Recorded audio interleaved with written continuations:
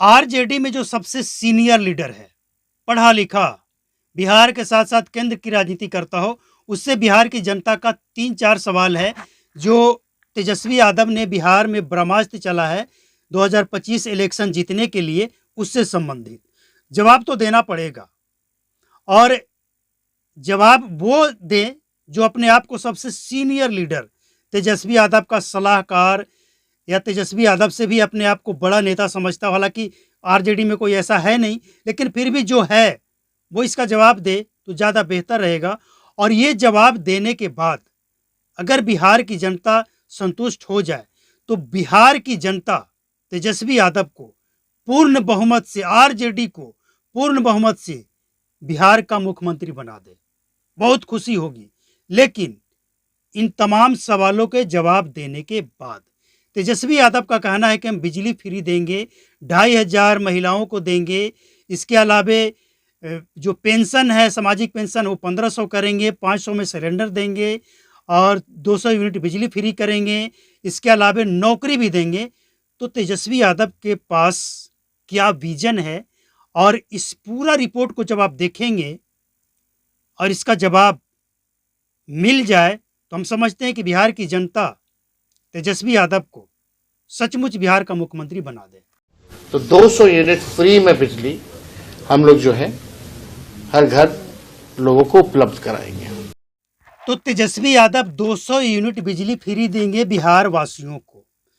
अब बिहार में अगर गांव की बात करें तो 200 यूनिट की बात करें तो लगभग हम समझते हैं कि 99% लोग गांव में ऐसे हैं जो 200 यूनिट बिजली फ्री ले लेंगे, क्योंकि 200 यूनिट के अंदर ही वो बिजली खपत करते हैं। यानी पूरा गांव, बिहार का पूरा गांव बिजली बिल फ्री हो जाएगा। शहरों में भी हम समझते हैं कि 75% लोग हैं जो 200 यूनिट में निपट जाते होंगे, यानी वो भी बिजली फ्री ले लेंगे। तो सवाल ये है कि तेजस्वी यादव के शासनकाल में या इनके माता पिता के शासनकाल में बिहार के अंदर कितना बिजली यूनिट लगाया गया।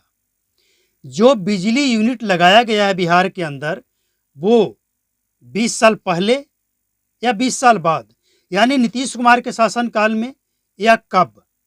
अगर नीतीश कुमार के शासनकाल को ये कहते हैं कि कोई काम नहीं हुआ, तो ये आज जो बिजली की व्यवस्था है, गांव में भी लगभग 18 से 20 घंटे का बिजली मिल रहा है। अगर बिजली क्षेत्र में कोई काम ना चल रहा हो तो ये अगर काम नहीं हुआ है, बिजली के क्षेत्र में काम नहीं हुआ है, तो तेजस्वी यादव बिजली फ्री देने की जो बात कह रहे हैं वो कहाँ से देंगे?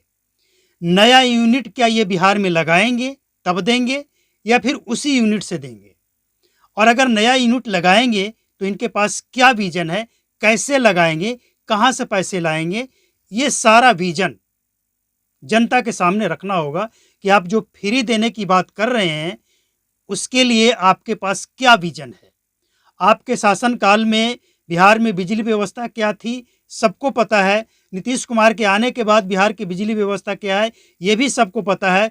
नीतीश कुमार कितनी मुश्किल से बिहार के अंदर केंद्र सरकार के सहयोग से बिजली व्यवस्था को चुस्त दुरुस्त किए हैं।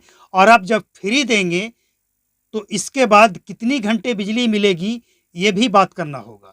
बिजली फ्री देने से नहीं होगा, कितने घंटे आप बिजली देंगे गाँव में, शहरों में, यह भी बताना होगा। कहाँ से लाएंगे, कितनी यूनिट नए लगाएंगे, सब कुछ बताना होगा। जो सीनियर लीडर हैं वो जवाब दें, और आगे और भी है उसको भी सुनिए। जो वृद्धा पेंशन है, सामाजिक सुरक्षा पेंशन है, जो इसको 400 से बढ़ा करके हम लोग जो है 1500 रुपए जो है माताएं बहनों के खाते में 2500 रुपए जो है सीधे हम लोग जो है खाते में डालने का काम करेंगे। डायरेक्ट अकाउंट में पैसे दिए जाएंगे 2,500 रुपया। मतलब क्या इनके शासनकाल में कभी गरीबों का खाता अकाउंट होता था बैंक में?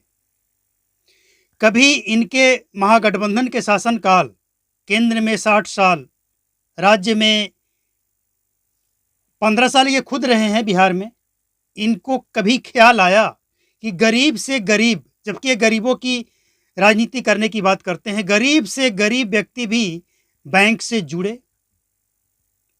ये किसने किया है? आज ये जिस खाता में पैसा भेजने की बात करते हैं, वो खाता किसने खुलवाया, लोगों को बैंक से किसने जोड़ा। आज अगर सब्सिडी देने की बात करेंगे, ये 500 रुपये में गैस सिलेंडर देंगे, तो ये उपलब्धि किसकी है, कैसे सब्सिडी दिया जाएगा डायरेक्ट अकाउंट में। इनके शासनकाल में क्या कोई विजन था, कोई सोच थी कि गरीब से गरीब व्यक्ति बैंक से जुड़े? नहीं। तो ये पॉइंट है जिसमें दम है। और आगे क्या इनका विजन है कि लोगों को बैंक से संबंधित कार्यों में और ज़्यादा सुविधा हो, इसके लिए क्या विजन इनके पास कुछ है? नहीं है। तो मतलब ये है कि कहीं ना कहीं ये जो काम करना चाहते हैं उस काम में एनडीए सरकार की उपलब्धि शामिल है, ये तो स्वीकार करना पड़ेगा। अब इन सब के लिए बजट क्या है, कहाँ से लाएंगे, बजट का स्रोत क्या है, बिहार के अंदर क्या कर रहे हैं, पहले सुन लीजिए। देखिए, बिहार में रेवेन्यू हो नहीं रहा है, पता ये इन्फ्लेटेड बजट है और बिहार के हित में नहीं है। हवाई बातें जो है वो कही गई हैं। अब सबसे महत्वपूर्ण सवाल ये है कि ये बिजली भी फ्री करेंगे, गैस भी 500 रुपये में देंगे, जो कि लगभग आज 1200 रुपये है, और महिलाओं के खाते में देंगे, पेंशन भी ज़्यादा देंगे। तो इन सब के लिए इनका जो नज़रिया है बजट को लेकर, वो तो ये है, यानी बिहार का जो बजट है वो एक खोखला है, बजट में दम नहीं है, और बिहार में कोई रेवेन्यू का स्रोत ही नहीं है। तो जब रेवेन्यू का स्रोत नहीं है तो आप ये सब कुछ फ्री कैसे देंगे? आपको नौकरी भी देना है, नौकरी भी देना है ना, सैलरी भी देना है, सैलरी भी देना है और फ्री भी देना है। इसके लिए तो बड़ा रेवेन्यू चाहिए। दिल्ली जैसे राज्य में ये संभव नहीं है, फिर बिहार में कैसे संभव है कि आप 2500 रुपया महीना महिलाओं को हर महीने देंगे, 1500 रुपया पेंशन भी देंगे, 500 में सिलेंडर भी देंगे, बिजली भी फ्री देंगे, नौकरी भी देंगे, सैलरी भी देंगे। रेवेन्यू का कोई स्रोत नहीं है, कहाँ से लाएंगे आप रेवेन्यू? इसका क्या विजन है? कहने से नहीं होगा।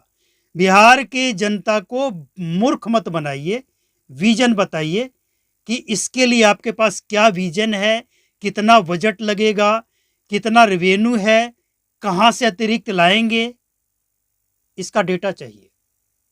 2025 विधानसभा चुनाव से पहले इसका डेटा भी क्लियर कर दीजिए कि इतना रेवेन्यू हम यहाँ से लाएंगे और यहाँ खर्च करेंगे। इसके अलावे शिक्षा के क्षेत्र में आपका क्या विजन है? बिहार का शिक्षा व्यवस्था कैसा है और इसे आप कहाँ ले जाना चाहते हैं? चलिए, इसके बारे में आपका कोई विजन फिलहाल नहीं है, लेकिन अब तक जो आपने वादे किए हैं, दावे किए हैं, हम उस पर सवाल खड़े कर रहे हैं। जनता का सवाल उस पर है और उसका जवाब मिलना चाहिए। मतलब ये जितने भी दावे कर रहे हैं ना, उन सब में एक अपने आप में विरोधाभास है। अगर सरकार ने कोई काम नहीं किया है तो ये तमाम चीज़ें जो आप दावे कर रहे हैं उससे तो स्पष्ट होता है कि बिहार के अंदर काम हुआ है। आप बिजली देने की बात कर रहे हैं, मतलब बिजली है तो आप देंगे, आप अकाउंट में पैसे भेजेंगे, यानी लोग बैंक से जुड़े हैं, आप लोगों को सिलेंडर देंगे। लेकिन सिलेंडर देंगे तो एक सवाल और खड़ा होता है, कहीं ऐसा ना हो कि सिलेंडर तो आप देंगे लेकिन वो पिछला दौर लोगों को याद आ जाए कि एक सिलेंडर लेने के लिए एक परिवार को पूरा दिन लाइन में लगना पड़ता था, इंतजार करना पड़ता था कि कब नंबर आएगा तो सिलेंडर मिलेगा। मतलब एक दिन का जो पूरा दिहाड़ी बर्बाद होता था, अगर उसे आज जोड़ दिया जाए तो उस दौर के और आज के दौर को देखा जाए तो फिर भी सस्ता पड़ता है ये सिलेंडर, क्योंकि उस समय एक व्यक्ति को पूरा दिन लाइन में लगना पड़ता था। उस पूरे दिन का अगर मजदूरी जोड़ा जाए और सिलेंडर का दाम जोड़ा जाए तो उससे आज सस्ता है। कम से कम आराम से घर में डिलीवरी तो हो रहा है ना सिलेंडर, तो वैसा सिलेंडर नहीं चाहिए।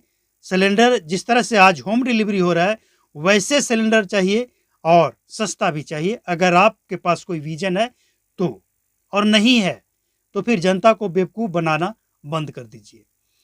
जहाँ तक सवाल है 2,500 रुपया महिलाओं को देने का, तो आप 2,500 रुपया महिलाओं को महीने में देने की बात कर रहे हैं, और यहाँ मौजूदा सरकार महिलाओं को लखपति बनाने की बात कर रही है, महिलाओं को आत्मनिर्भर बनाने की बात कर रही है।